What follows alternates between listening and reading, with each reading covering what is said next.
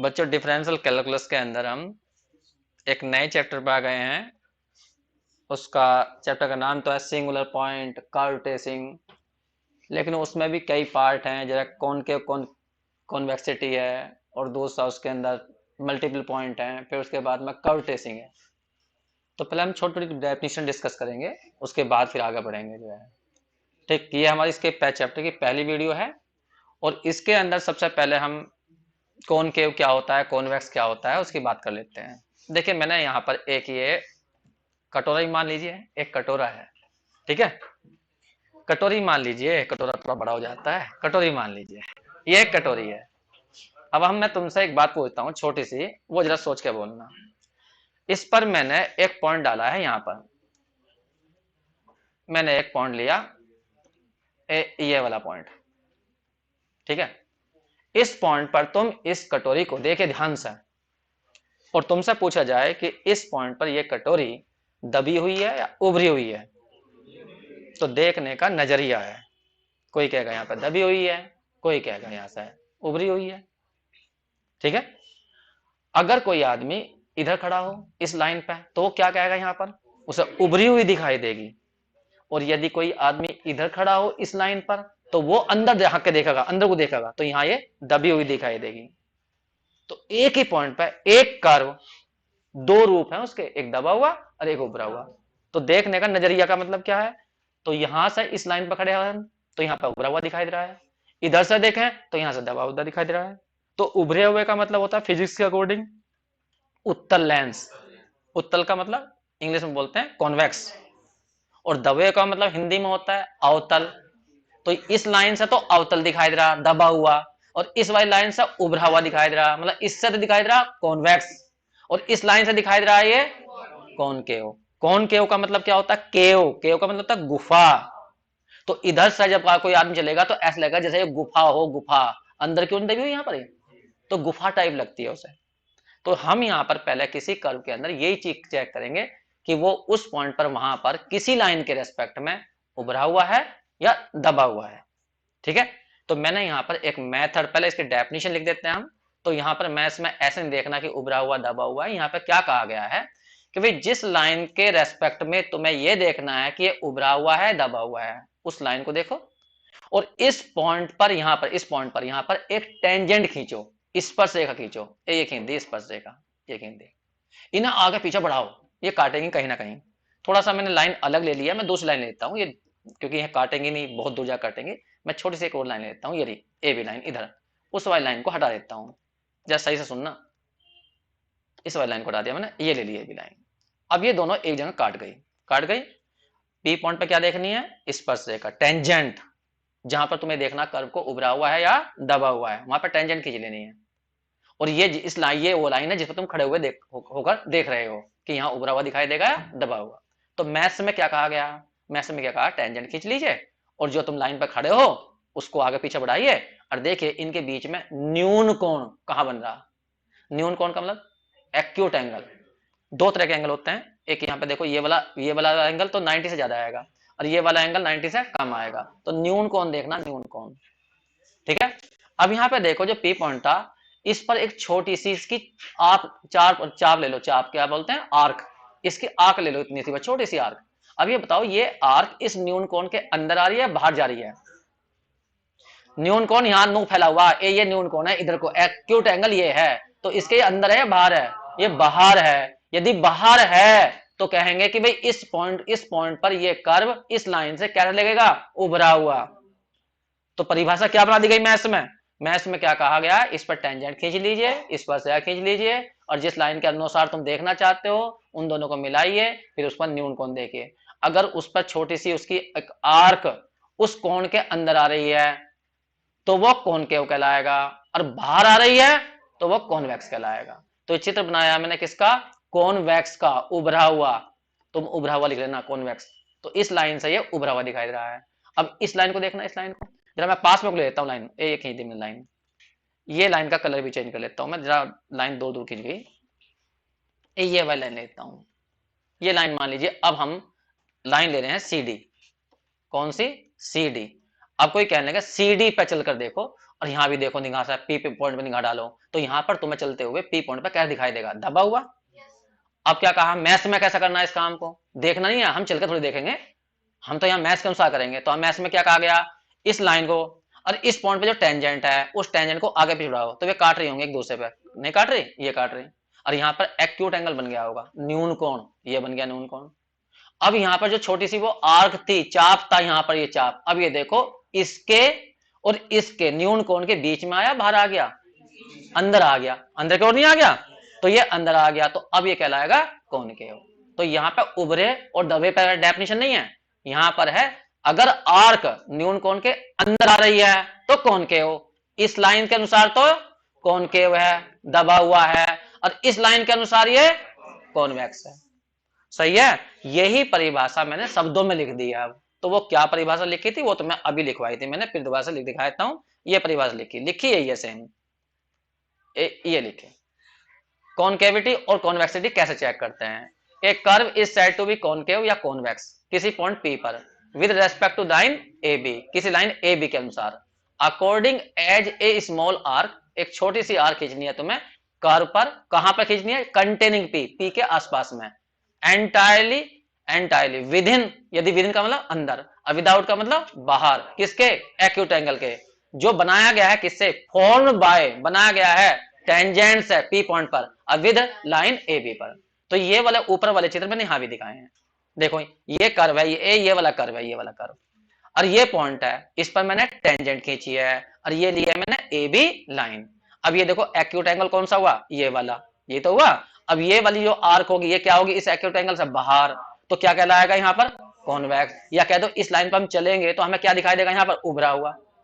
और इस वाले चित्र में क्या दिखाया मैंने, यहाँ देखो, यहाँ पर पी पॉइंट पर मैंने टेंजेंट खींच दी, ये खींच दी, और ये लाइन क्या ले ली, ए बी, तो एक्यूट एंगल कौन सा बना, ये वाला। अब इसकी जो आर्क होगी वो एक्यूट एंगल के अंदर आ गई, सही है, तो यहाँ क्या कहलाएगा, ये कॉनकेव। कहने का मतलब इस लाइन पे यदि चला जाए, अरे हम इधर को निगाह रखें तो हमें यहाँ पर इस पॉइंट पे एक कर्व दबा हुआ दिखाई देगा। आगे बात समझ में, तो मैंने ये डेफिनेशन यहाँ पर बना दी है और इसको चित्र भी यहाँ पर बना दिए हैं, चाहे ऊपर वाले नोट कर लेना या नीचे वाले, वो एक ही बात है। अब इसको चेक कैसे करते हैं, अब ऐसा तो चेक करेंगे नहीं हम ठाकर यहाँ पर भी जो है कि खड़े होकर चलेंगे उसके ऊपर जो है उस लाइन के ऊपर, फिर उसके बाद में चेक करेंगे, ऐसा तो बहुत मुश्किल काम हो जाएगा। तो मैथ्स में फिक्स कर लिया गया है, ए बी वे बी लाइन कुछ नहीं, हम बस केवल दो तरह से देखेंगे, या तो एक्स एक्स पे चल के देखेंगे या वाई पे चल के देखेंगे, बस, और कोई लाइन नहीं। समझ में आगे बात तुम्हें, कोई कहने का जरूरी थोड़ी है कि हमें एक्स पे या वाई पे चले, हम तो तिरछे भी चल सकते हैं कहीं को, हाँ बिल्कुल सही बात है। मान लीजिए कोई कर्व ऐसा है, एक मिनट को रफली बता रहा हूं मैं, कोई कर्व ऐसा है और ये हमारी एक्स एक्सिस और वाई एक्सिस, तो मैथ्स में तो सारे क्वेश्चन होते हैं एक्स पे चलना है या वाई पे चल के देखना है। लेकिन कोई बच्चा कहने लगा क्या पता हम इस रास्ते पर जा रहे हो और तब कोई पूछने लगा हमसे क्वेश्चन, तो कोई बात नहीं, हम एक्स एक्सिस इधर को मान लेंगे और वाई एक्सिस इधर को मान लेंगे। समझ रहे हो तो मेरी बात को, तो इसलिए मैथ्स में एक लाइन को जो है वो फिक्स कर दिया गया, जो ए बी लाइन है उसे फिक्स कर दिया, या तो तुम देखोगे कॉन्वेक्स कॉनकेविटी कहां, एक्स एक्सिस के अनुसार, या देखोगे वाई एक्सिस के अनुसार, बस केवल, ठीक है। अब यहां पर उसके लिए मेथड क्या बनाया गया, मेथड ये बनाया गया, कोई भी कर्व कॉन्वेक्स कहलाएगा या कॉनकेव कहलाएगा किसी पॉइंट पी पर, और वो भी किसके अनुसार, एक्स एक्सिस के। जब तुम एक्स एक्सिस पे चलकर देखोगे तो तुम्हें क्या करना, वाई लेना है, और जो कर्व दिया गया होगा उसका दो बार डिफरेंशिएट करना है। समझ में आ गई बात तुम्हें, यदि ये टोटल वैल्यू पॉजिटिव आई, जीरो से बड़ी आई, तो समझ जाइए वो पहले वाला है, कॉन्वेक्स है, और यदि ये नेगेटिव आई तो वो कॉनकेव है। तो ये इसका मेथड है क्वेश्चन करने का, एक क्वेश्चन मैं करके दिखाऊंगा, पहले इस मेथड को जल्दी से नोट करिए। हाँ वही बताऊंगा सब, मैं अभी बताऊंगा। एक क्वेश्चन है हमारे पास में, एग्जाम्पल है, पेज नंबर जो बुक के अनुसार है वो 371 है, लेकिन तुम वैसे जान दीजिए, y इक्वल टू है साइन एक्स, साइन एक्स। तुमसे पूछा जाएगा, सुन लो ध्यान देता है, कि 0 और पाई के बीच में x की वैल्यू लेनी है तुम्हें, केवल 0 और पाई के बीच में, ठीक है, और तुम्हें यह बताना है कि एक कर्व कॉनकेव है या कॉन्वेक्स है, लेकिन x एक्सिस के अनुसार, ठीक है, x एक्सिस पे चलकर देखना है, ठीक। अब यहां ध्यान दो, y ये रहा, डिफरेंशिएट करना है एक बार, dy dx कितना हो जाएगा, cos x, ये रहा cos, दोबारा करना माइनस के साइन x, ये रहा। x की वैल्यू 0 और पाई के बीच में रखनी है, इसका मतलब फर्स्ट क्वाड्रेंट में, पहले खाने में क्या होती है, 0 से बड़ी नहीं पाई तक जाना, हाँ दोनों खाने में, फर्स्ट में भी और सेकंड में भी। तो बताओ फर्स्ट और सेकंड में साइन कैसा होता है, पॉजिटिव नेगेटिव, पॉजिटिव। तो साइन एक्स की वैल्यू पॉजिटिव होगी, लेकिन बाहर माइनस लग रहा, तो ये तो वैल्यू कैसी होगी, नेगेटिव हो गई। अब यहाँ देखना वाई कैसा हो, साइन की वैल्यू पॉजिटिव है पहले और दूसरे खाने में, अरे पहले और दूसरे में साइन पॉजिटिव हुआ है, इसमें भी, और हम यही तो कह रहे हैं जीरो से लेकर पाई तक लेना, तो पहले और दूसरे खाने की बात कर रहे हैं, तो इसका मतलब साइन एक्स की वैल्यू क्या होंगी, पॉजिटिव होंगी। तो इसका मतलब वाई भी पॉजिटिव, और D two Y D X square ये नेगेटिव। तो इन दोनों की गुणा करूं तो क्या आएगा, y into D two Y D X square की वैल्यू यदि मैं चेक करूं तो y इंटू में क्या आ गया, y की वैल्यू कितनी आ गई, साइन एक्स। एक मिनट रख देता हूं मैं, y की वैल्यू आ गई साइन एक्स, और इंटू में आ गया माइनस के साइन एक्स, कुल मिला क्या आ गया, माइनस के साइन स्क्वायर एक्स। और मान लो किसी वजह से साइन एक्स की वैल्यू नेगेटिव भी आ गई, स्क्वायर आ गया तो पॉजिटिव बन जाएगा, लेकिन बाहर तो नेगेटिव रहेगा। मेरा कहने का मतलब है ये टोटल जो वैल्यू आई वो कैसी आई, जीरो से छोटी आई, जीरो से छोटी, नेगेटिव में आ गई।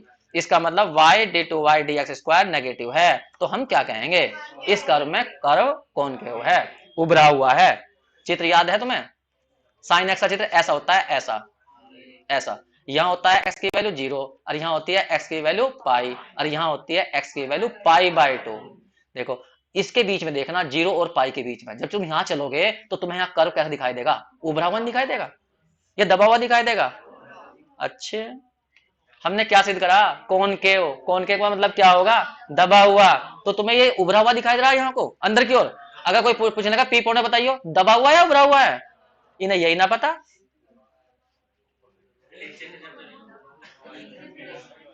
एक मिनट, यहाँ के अगर एक्स एक्सिस पे कोई आदमी चलता है, कर ऐसा बना हुआ, ऐसा बना हुआ, तो यहाँ पे तो दब गया ना ये, तो तुम्हें दिखाई दे रहा यहाँ y की वैल्यू, यहाँ y की वैल्यू, y की वैल्यू यहाँ क्या होती है, बढ़ती जा रही है, तो गड्ढा हुआ होगा तभी तो गहराई बढ़ेगी उसके अंदर, तो यहाँ दबा हुआ है। हाँ ऊपर से कोई देखने लगा, ऊपर से देखने लगा तो यहाँ तुम्हें वो उभरा हुआ दिखाई देगा। फिलहाल यहाँ पर ये जो है यहाँ से यहाँ तक क्या हुआ, कॉनकेव है, समझ में आ गई बात तुम्हें, ठीक है जल्दी से एग्जाम्पल पूरी करो, उतारो। देखिए अब यहाँ पर हम इंटरवल चेंज कर देते हैं, अगर हमसे कोई कहता है x की वैल्यू तुम्हें पाई से लेकर 2 पाई तक के बीच में लेनी है तब बताना है, सही है। पहले तो ये बताओ पाई और 2 पाई के बीच के कौन सी बात कर रहा है, यहाँ पर होता है पाई और यहाँ एक चक्कर लगने, यहाँ पे ये चक्कर लगने के बाद इतना यहाँ आता है 2 पाई, तो इसका मतलब किसकी बात कर रहा है वो, थर्ड और फोर्थ क्वाड्रेंट की बात कर रहा है। तो बताओ इनमें साइन कैसे होते हैं, नेगेटिव होते हैं, साइन एक्स जो होता है वो नेगेटिव होगा, इसमें भी और इसमें भी नेगेटिव होगा, सही है। बताना y कितना हमारा साइन एक्स, तो इसका मतलब ये वैल्यू नेगेटिव होगी, y की वैल्यू नेगेटिव होगी, और डी टू वाई ये वैल्यू है, और साइन एक्स नेगेटिव है, तो नेगेटिव नेगेटिव पॉजिटिव हो गया, ये पॉजिटिव हो गया, ऊपर वाला नेगेटिव हो गया, गुणा करो तब भी नेगेटिव ही आएगा, इसका मतलब तब भी वो कॉनकेव ही होगा। समझ में आ गई बात तुम्हें, तो हम यहाँ कहेंगे तब y D two Y D X square की वैल्यू जो हो जाएगी तब भी साइन एक्स क्या जाएगा माइनस के, एक मिनट को, साइन एक्स की वैल्यू क्या थी, एक मिनट, मैं एक मिनट सही से कर दूं, यहाँ साइन एक्स आया था और इंटू में क्या आया था यहाँ पर माइनस साइन एक्स, तो हम कह रहे हैं ये वाला तो हो जाएगा पॉजिटिव, और ये वाला जो अंदर वाली वैल्यू है ये पॉजिटिव, लेकिन माइनस लगने के बाद में ये सारा हो जाएगा नेगेटिव, तो टोटल वैल्यू नेगेटिव आएगी।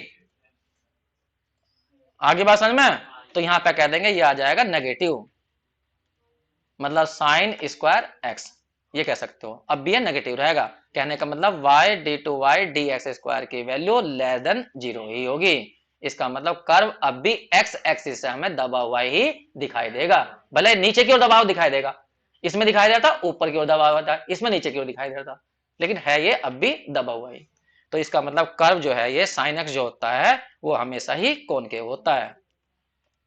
लिख देंगे देयरफॉर कर्व इज कॉनकेव, ये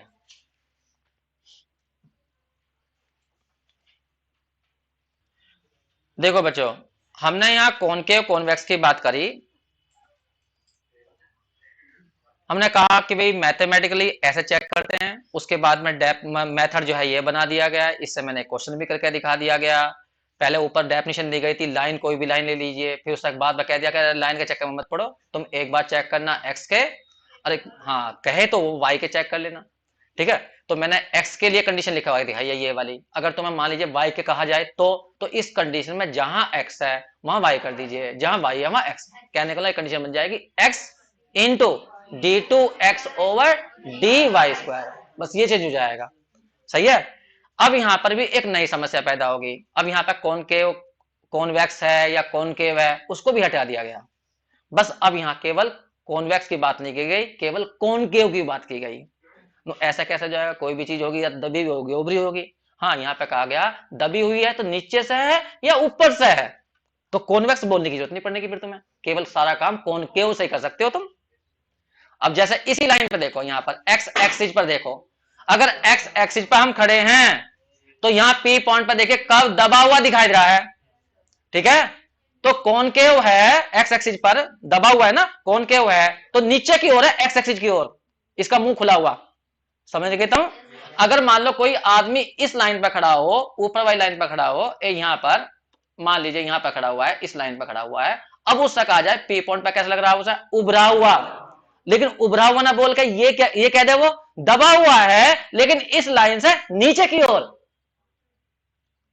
मतलब उसे उभरा हुआ नहीं बोलना, हर बार दबा हुआ बोलना है। तो दबा हुआ बोलने के लिए क्या शब्द इस्तेमाल करेगा, वही ये दबा हुआ है लेकिन मेरी ओर से नहीं, नीचे की ओर से। समझ गए तुम। तो यहां पर सारी डेफिनेशनों को कॉन्वेक्स और कॉनकेव को मिलाकर कॉनकेव पर डेफिनेशन कन्वर्ट कर दी गई। बस तुम्हें कॉनकेव बोलना, कॉन्वेक्स बोलना ही नहीं है। कॉनकेव या तो बोलोगे ऊपर से या नीचे से, मतलब दबा हुआ है ऊपर से या नीचे से। क्यों बना दिया गया, कॉनकेव का मतलब क्या होता है, वैसे केव का मतलब क्या होता है, गुफा। गुफा जानते हो तुम, देखिए गुफा हमेशा ऐसी होती है। एक मिनट जरा मुझे एक बार ढूंढना पड़ेगा थोड़ा सा।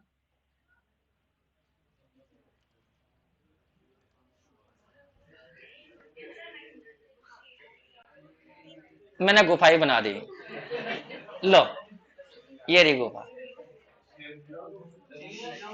हाँ, शेर भी ला दिया। देखो देखने का नजरिया है, किसने शेर देखा किसने गुफा देखी। हाँ, लोमड़ी से झांकना ही कहाँ बैठा ये, तो जब इसमें गड्ढा होगा तभी तो अंदर बैठा होगा यो। तो जो मेरे हथेली में बनी हुई है, ये केव बनी हुई है, ये केव बनी हुई है, ये रही केव गुफा, इसमें जाना, ये कौन केव है। समझ गए तुम। और पीछे की साइड में कॉन्वेक्स है, उभरा हुआ है, जिधर को मुंह हो गुफा का वो कॉनकेव है। सही है, समझ गए तुम। तो यहां पर कॉनकेव का मतलब, केव का मतलब गुफा सही है, गुफा का मतलब है अंदर की ओर ये दबा हुआ। समझ में आ गई बात तुम्हें, तो उसे कॉनकेव बोलेंगे हम। अब हम यहाँ कॉन्वेक्स शब्द का यूज ही नहीं करेंगे, बस कौन केव बोलेंगे हमेशा जो है। सही है, केव किधर से बनी हुई है, गुफा किधर से बनी हुई है ये देखना है। ऊपर से बनी हुई है, उसका मुंह ऊपर से है या नीचे से है। अब बताओ, मैं नीचे खड़ा हूं, यहाँ पे कोई नीचे खड़ा है, तो गुफा किधर से बनी है, मुंह किधर से बना हुआ है, ऊपर से। और यदि मान लीजिए नु कर दिया, अब गुफा किधर से बनी है, नीचे से। समझ रहे हो तुम। तो वहां पर कॉनकेव ही शब्द यूज होना है। जैसा कि मैंने यहाँ पे इन बच्चों को भी दिखा दूं मैं, मान लीजिए हम यहाँ पे खड़े हुए हैं एक्स एक्सिस के ऊपर, यहाँ पे खड़े हुए हैं यहाँ पर।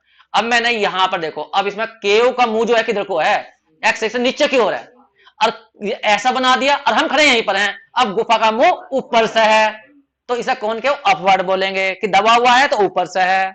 समझ में आ गई बात। और यहाँ पे क्या कहेंगे, कौन केव डाउनवर्ड, तो कॉन्वेक्स शब्द का यूज नहीं करेंगे हम।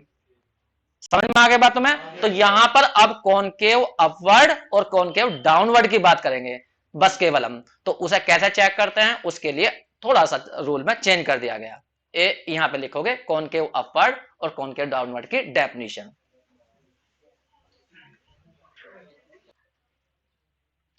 देखो बच्चों, जैसे अभी हमने बताया कि कॉनकेव कॉन्वेक्स क्या होते हैं, तो अब उन्होंने क्या करा, जैसे पहले लाइन ए बी थी उसको फिक्स कर दिया गया, बस एक्स एक्सिस के अनुसार देखेंगे या वाई एक्सिस के अनुसार देखेंगे कॉन्वेक्स कहाँ है, कॉनकेव किधर है, उभरा हुआ किधर है, दबा हुआ किधर है। लेकिन उन लाइनों को फिक्स कर दिया गया था, क्या कर लिया गया था, एक्स एक्सिस और वाई एक्सिस से ही देखेंगे। अब कॉन्वेक्स और कॉनकेव के चक्कर नहीं पड़ते, हम केवल डेफिनेशन बनाएंगे केवल कॉनकेव पर, या तुम केवल कॉन्वेक्स पे बना सकते हो। हमने में दोनों लिख दिए यहाँ पर शब्द, हम बनाएंगे केवल कॉनकेव या तो ऊपर से या नीचे से बस। तो कॉनकेव अपवर्ड की क्या डेफिनेशन दी मैंने यहाँ पर, a curve is said to be concave upward on the interval A B. यहाँ ए लिखा, यहाँ बी लिखा, ए बी के बीच में देखना ये पूरा कर्व तुम्हारा कॉनकेव अपवर्ड है या कॉनकेव डाउनवर्ड है।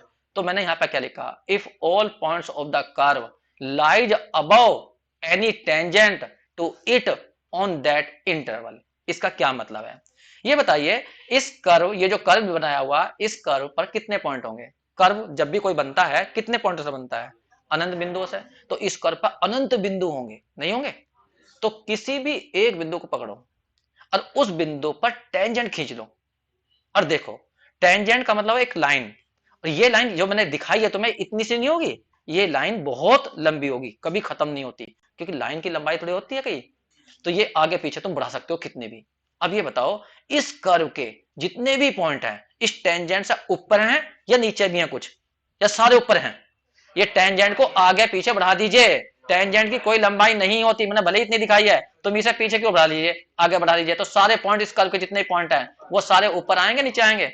ऊपर आएंगे। तो तुम कहना कॉनकेव अपवर्ड। देखो वो मुंह ऊपर से खुला हुआ है, नीचे दबा हुआ है, गुफा का मुंह नीचे से ऊपर से, वो तो सिंपल समझाने वाली बात होती है, लेकिन मैथमेटिकली समझिए क्या कहा गया। अच्छा तो वैसे बताओ, अगर एक्स एक्सिस पर से कोई पूछने लगा कि गुफा का मुंह ऊपर से है या नीचे से है, ले तुम तो बड़ी जल्दी कंफ्यूज जाओ।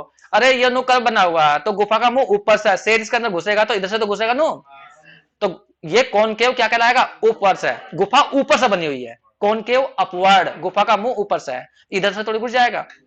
सही है। जैसे मैंने तुम्हें हाथ का इशारा बताया, हथेली, हथेली में देखो इधर से केव बनी हुई है, ठीक है, और मैं उल्टा कर दूं तो केव दूसरी साइड से बनी हुई है। तो यही बात यहां पर है, जब हम यहां खड़े हैं तो गुफा का मुंह ऊपर से है, तो कौन केव जो है वो ऊपर से है, तो केव क्या बोला यहां? अपवर्ड। समझ में आ गई? तो मैथमेटिकली क्या बनाया गया इसकी डेफिनेशन, एक काम करो, उस पॉइंट का कोई भी एक पॉइंट पकड़ लो, उस पर टेंजेंट खींच दो, अब फिर देखो कि इस कर्व के सभी पॉइंट जितने भी हैं वो इस टेंजेंट के ऊपर आ रहे हैं, ऊपर आ रहे हैं, तो समझाओ कॉनकेव अपवर्ड है, गुफा ऊपर बनी हुई होगी। और ऐसे ही समझते एक तरीका और भी है, इस पॉइंट पर बताओ कर्व, इस पॉइंट पर, या दूसरे उसे बाद में बताऊंगा, छोड़ो उसको भी नहीं, कभी उससे कंफ्यूजन हो जाए, मैक्सिमम नियम की बात कर रहा था मैं। एक दूसरी डेफिनेशन लिखो फिलहाल, कॉनकेव डाउनवर्ड, ये लिखिए। देखिए अब बात करते हैं हम कॉनकेव डाउनवर्ड की। एक्स एक्सिस से ही देख रहे हैं हम, ये रही एक्स एक्सिस, और इस कर्व को देखो, बताओ इस कर्व का जो मतलब गुफा टाइप जो है उसका जो मुंह है वो नीचे की ओर ही है, एक्स एक्सिस की ओर है या ऊपर से है? नीचे की ओर से है, तो कॉनकेव डाउनवर्ड। समझ में आ गई? डेफिनेशन क्या बनाई गई है, एक curve is said to be concave downward किसी इंटरवल ए बी के बीच में, if all points of the curve lies below, below का मतलब नीचे, एनी टेंजेंट और to it on the interval. इसका मतलब क्या है, इस कर्व के बहुत सारे पॉइंट होंगे, किसी एक पॉइंट पर टेंजेंट खींच लो, ये खींच ली टेंजेंट ए, ये वाली टेंजेंट, ये वाली टेंजेंट। अब बताओ इस कर्व पर कितने पॉइंट होंगे? इनफाइनाइट। तो सारे सारे पॉइंट इस टेंजेंट के नीचे नहीं आ रहे, तो अब कहलाएगा कॉनकेव डाउनवर्ड। मैं ये नहीं कह रहा कि इसी पॉइंट पे नहीं, कहीं भी खींच लो, इस पॉइंट पे खींच लीजिए टेंजेंट, यहां टेंजेंट खींच ली, अब भी सारे पॉइंट कहां जाएंगे? नीचे जाएंगे। इधर ले लीजिए, यहां पर टेंजेंट खींचोगे ऐसा टेंजेंट, तब भी ये सारे पॉइंट कहां रहेंगे? नीचे रहेंगे इस टेंजेंट के। आगे बात समझ में? तो ऐसी स्थिति में बोलते हैं कॉनकेव डाउनवर्ड। अब ये तो समझाने वाली बात होगी, लेकिन क्वेश्चन जो करने हैं वो कैसे करने हैं वो मैं तुम्हें बता देता हूं। वो लिखिए अब क्वेश्चन करने का तरीका क्या है। पहले एक पॉइंट और समझ लीजिए, एक होता है point of inflection. Point of inflection का मतलब होता है ऐसा पॉइंट किसी कर्व के जिसमें गुफा एक साइड में तो नीचे की ओर बन रही हो और एक साइड में ऊपर की ओर बन रही हो। चेक करो, सी पॉइंट पर ध्यान दो। अगर मान लीजिए यहां पर हम कहें कि भाई ये एक्स एक्सिस है और ये वाई एक्सिस है, अगर तुम इस साइड में ध्यान इधर देखो, इस साइड में, तो ऐसा लग रहा है कि गुफा का मुंह जो है इस साइड में है, नीचे की ओर है, डाउनवर्ड है। और यदि इस साइड में देखो, इस साइड में, तो ऐसा लग रहा है गुफा का मुंह ऊपर है। तो ऐसे पॉइंट, ऐसा पॉइंट किसी कर्व के जिसके एक साइड में कर्व कॉनकेव डाउनवर्ड हो और एक साइड में कॉनकेव अपवर्ड हो, तो ऐसे पॉइंट को बोलते हैं पॉइंट ऑफ इन्फ्लेक्शन। ठीक है, डेफिनेशन नोट कर लीजिए।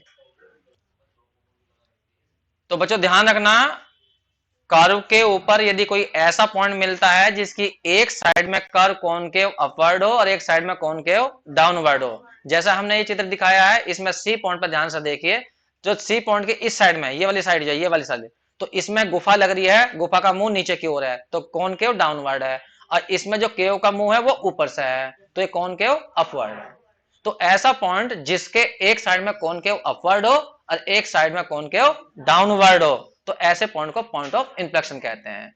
इस पॉइंट की कुछ विशेषता लिखी है मैंने नीचे कि ऐसे पॉइंट पर जो कर्वेचर होता है, घुमाव होता है, वक्रता जो होती है वो जीरो होती है, घुमाव नहीं होता उस पॉइंट पर। तो यहाँ घुमाव ही नहीं है, घुमाव इससे पहले था, उसके बाद में फिर यहाँ घुमाव आया, लेकिन इस पॉइंट पर कोई घुमाव नहीं है। कर्वेचर का चैप्टर पढ़ा हुआ है कैलकुलस के अंदर ही हमारा, ठीक है। तो जहां घुमाव होता है वहीं तो कर्वेचर होगा, तो यहाँ कर्वेचर कैसा होता है, जीरो। और रेडियस ऑफ कर्वेचर जो होगा वो इंफिनिटी होता है। तो मैं बताया था रेडियस ऑफ कर्वेचर को रो से दिखाते हैं, और रो की जो वैल्यू होती है वो कर्वेचर का उल्टा होती है। अगर यहाँ पर कर्वेचर कितना है, जीरो, घुमाव है ही नहीं, तो रेडियस ऑफ कर्वेचर कितना बैठ जाएगा, अनंत। कहने का मतलब यहाँ पे जो सर्किल बनेगा वो बहुत बड़ी रेडियस का बनेगा। जब सीधी लाइन होती है उसमें कोई घुमाव नहीं होता, तो वहां पर सर्किल बनाना होता है, तो सर्किल इतना बड़ा बनेगा जिसकी रेडियस अनंत हो। अब बताओ, यहां पर हमने छोटी सी आर्क ली, इतनी सीधी लाइन पर, यहां पर आर्क ली, ऐसा सर्किल फिट कर दो जिसके अंदर ये आर्क आ जाए, तो वो सर्किल बहुत बड़ा बनेगा। अगर इसमें हल्का सा घुमाव होगा और यहाँ पर छोटा सा टुकड़ा लो, तो सर्किल, छोटा सा सर्किल यहाँ पर फिट हो जाएगा, उसकी रेडियस निकल जाएगी। ये बात तो मैं उसमें समझा चुका हूं मैं, कर्वेचर के अंदर जो है। तो फिलहाल ये बात नोट रखनी है तुम्हें कि इन्फ्लेक्शन पॉइंट उसे कहते हैं जिसके एक साइड में कॉनकेव अपवर्ड हो और एक साइड में कॉनकेव डाउनवर्ड हो, ठीक है। ये मैंने थोड़ी सी विशेषता बता दी है कि उस पॉइंट पर कर्वेचर नहीं होता, उसके अंदर घुमाव नहीं होता उस पॉइंट पर, लेकिन रेडियस ऑफ कर्वेचर जो होती है वहां अनंत बैठ जाती है, क्योंकि रेडियस ऑफ कर्वेचर कर्वेचर का उल्टा होती है, क्योंकि जितना छोटा कर्वेचर, घुमाव ज्यादा होगा, उतना ही रेडियस ऑफ कर्वेचर वहां पर जो है घुमाव कम होता जाएगा। अरे ये वाली चीज कम होती जाएगी, ये तो ये वाली चीज बढ़ती जाएगी, ये बढ़ेगी तो ये कम होगी, ये जीरो हो गई तो ये अनंत हो गई। तो इसका ध्यान रखना है तुम्हें, ठीक है। अब इसका वर्किंग रूल बताते हैं हम, करते कैसा है कौन के अपवर्ड को और कौन के डाउनवर्ड को, उसे लिखिए।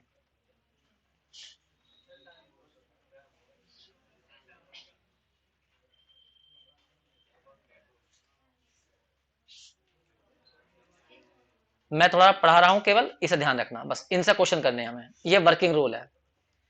एक कर्व इज कॉनकेव अपवर्ड, किसी कर्व को कॉनकेव अपवर्ड कब कहेंगे, यदि केवल डी टू वाई लिखा मैंने, उसमें क्या लिखा था अभी मेथड में, वाई, यहां केवल डी टू वाई को चेक करना, D two Y D X square कैसा होना चाहिए, पॉजिटिव। तुम्हें याद होगा जब तुमने क्वेश्चन कभी मैक्सिमम मिनिमा के किए होंगे, तो D two Y D X square यदि पॉजिटिव होता है तो वहां पर फंक्शन मिनिमम होती है। समझ में आ गई बात तुम्हें, तो मैंने लिख भी दिया, इसका मतलब एक तरह से हम यहाँ मिनिमम चेक कर रहे हैं।